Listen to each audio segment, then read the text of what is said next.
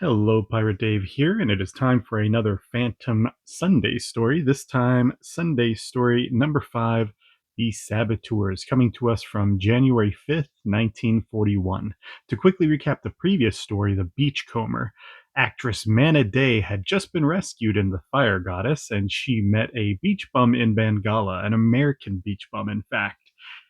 Curious as to what an American was doing in Bengala, she investigates further and finds out Whitey was framed for a murder and escaped the country.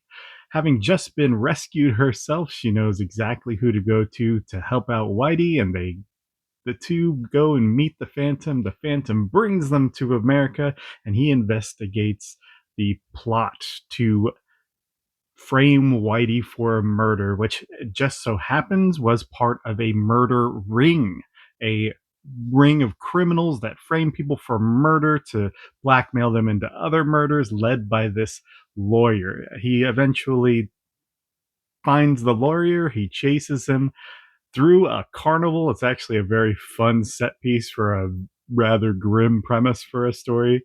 And Whitey's name is cleared, and presumably Mana Day goes and lives off in America happily ever after. He also shares the Phantom's legend with both Whitey and Mana Day, solidifying their friendship. We start off in the Saboteurs with the Phantom at a railway station. We even get a little blurb that says at a railway station. So presumably he's on his way back to Bengala when he overhears a conversation, a very suspicious conversation between these two gentlemen, questioning why they're on this train. And apparently they're there just to make sure it's going exactly where it's going. And they say they're going to jump off pretty soon. And that they do. You get a little panel there, and what could they be doing? Looks like they're weakening the steel bars of a bridge that the train is coming up to. The saboteurs indeed. The Phantom pulls the emergency stop, which brings the conductor as well as a military regiment that is on the train. They're guarding some important materials. They want to take the Phantom into custody, so the Phantom takes off. He's going to lead them. He's going to stop the train because he's escaping, and before it gets to the bridge, and then he's going to lead them down to the bridge where it's discovered the sabotage. Apparently, the steel beam was weakened, and so if the train went over the bridge, it was going to collapse. Everybody was going to die. The military aboard and whatever they were guarding was going to be destroyed. The Phantom, having got a glimpse of these saboteurs, he takes off after them. They put up a valiant fight, but he ends up actually grabbing this one from behind while he's going to get a motorcycle, right? So his friends thinks his buddy's right there on the motorcycle, ready to go. My gosh, that wolf, it's following us. Slim, maybe that masked man isn't dead. Maybe not. That's terrifying, right?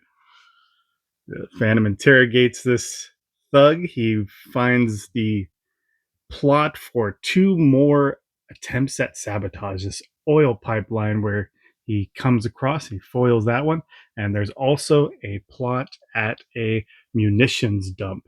Meanwhile, these two, apparently the leaders of this sabotage operation, they've already discovered the bridge heist. The bridge plot was foiled, as well as the oil pipeline is foiled.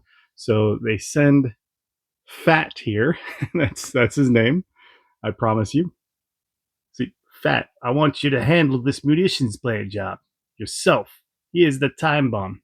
So they send Fat here to go blow up the munition plants himself. So whatever's stopping their plans to sabotage all these places, Fat is going to get down to the bottom of it, apparently. But the Phantom is on the case, having already foiled the oil pipeline. He grabs the time bomb to a nearby bluff. Carefully, he takes the time mechanism and explosives from the black case, weights them with the stone, and tosses them into the river. Meanwhile, Fat discovers his buddy here, along with that mark on his jaw. So the Phantom follows Fat back to their hideout. And that's how it was, Chief. You can see that death's head for yourself, and the time bomb disappeared. Meanwhile, the Phantom scales over the compound wall and he takes out a guard. And they realize whoever knocked out the guy at the munitions yard is now at their hideout because of that death set. I always love how Lee Falk plays that mythology into people following along, even though they don't know where the Phantom is. They know exactly where the Phantom is, right? They know that he's right near them because they find the death set again on one of their cronies. So the Phantom has brought the time bomb here, and he uses a telephone to call the police to the location. There he is, sound the alarm. Phantom scales up a wall, but he lets them know, yes, your time bomb. And if you don't drop your guns, I'll drop this and blow us all higher than a kite. bold, bold plan to bring the time bomb along with you.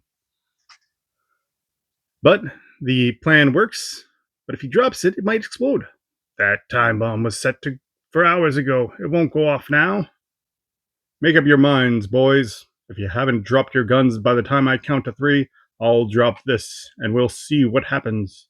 One, two. So they they use some logic to decide. Well, it would have gone off already, but looks like they don't want to risk their lives. They drop their guns, afraid to take a chance, as the narrative says. The Phantom immediately jumps to the ground, landing like a cat, and the cavalry comes in, and the map turns over the evidence. This map, with its dates and markings, will give you a good idea of the vast scope of this outfit. But how did you hold them here, single-handed? And it doesn't look like the chief gets an answer to that. Meanwhile, Fat and his boss there, I don't think we get a name for the boss, talk about how their plans have been foiled, caught with their own weapon. Marvelous. We don't even know who you are. Won't you work with us? I always work alone. My job is finished here. Yours is just beginning. There will be other saboteurs. They spring up like toadstools and must be stamped out before they spread. And now, goodbye. And yes, that's the end of the story. Next week, a really exciting run, right? The return of the Skyband. Sorry, it's kind of a short story this week. As you can see, it's only 7 or 8 pages. The Return of the Skyband story starts on, I believe it's March 3rd, 1941. So this started on January 5th. So that's only about, what, 7 or 8 weeks, 7 or 8 strips. I mean, if we count them, 1, 2, 3, 4, 5, 6, 7, 8, 8 weeks of strips. Uh,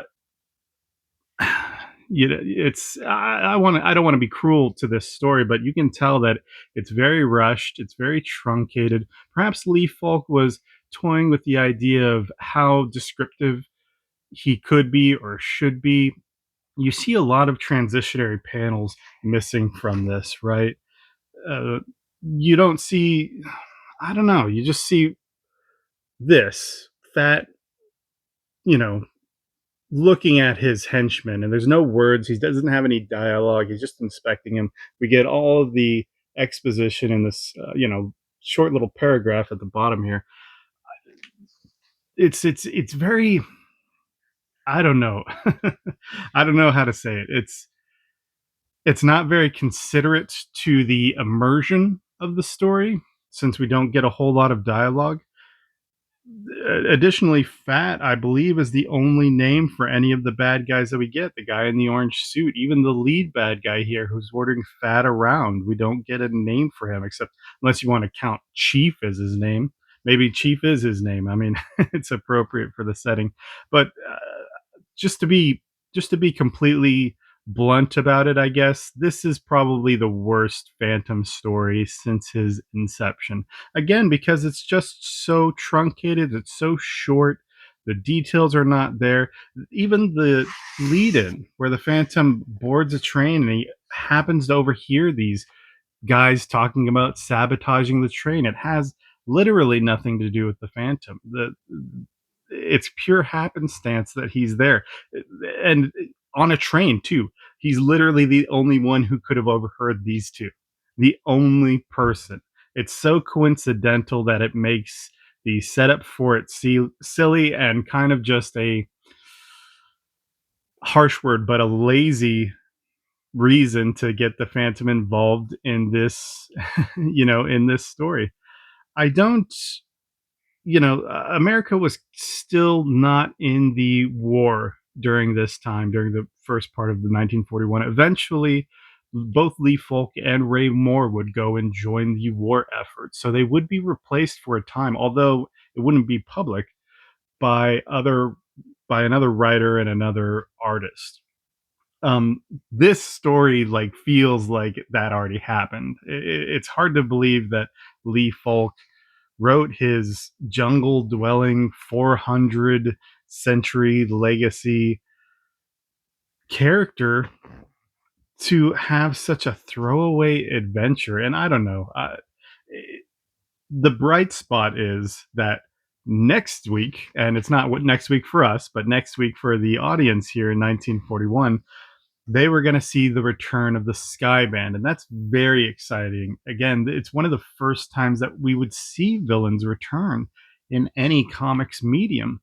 So it's kind of a bittersweet thing, right? Because we got such a short story in the Saboteurs, but next week promises the return of Sala and the beautiful female aviatrix pirates, and and that story's, if I remember correctly, it's pretty long. So let's just go ahead and close off this story for what it is. It's a short week, and I apologize for that. I don't feel like it's I don't feel like it's my fault because the Saboteurs is such a short story. But hey, one of them's got to be worst, right? They can't all be the best, and so we can say after what 19 stories, I think it's 19, maybe 20 stories, that the Saboteur really hits the low point for the Phantom, hits all those marks of, well, just a throwaway pulp character story where you could have had anybody be in the Phantom's place and it would have worked equally as well. And that's to say that it doesn't even work that well. It does, we don't get the motivation for these saboteurs. The implication, of course, could be political and military or whatever. But anyway, I can't say. I hope you enjoyed the Saboteurs. I don't. I'm sure you didn't enjoy it, but hopefully this review of the Saboteurs was a little bit useful to you. Maybe you can keep it in mind that you don't necessarily need to track down reprintings of this story or any reprintings that exist of this story. If those are part of a larger issue, and you're wondering if this is a great addition to that. No, it's not. So if you see the Saboteurs featuring the Saboteurs on the cover of a Frew issue or the Wolf Publishing issues, for example, in the UK, don't pick it up as a byline as, oh well, I have to check out that fandom story. I was Pirate Dave. I hope I entertained you at least for this week. Next week we're gonna get back into a daily story. I believe. I'm sure we're waiting on that Return of the Skyban.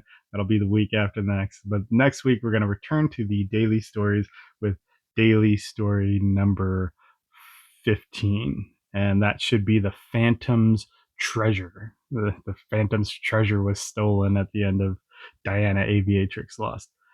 Thank you very much. Bye.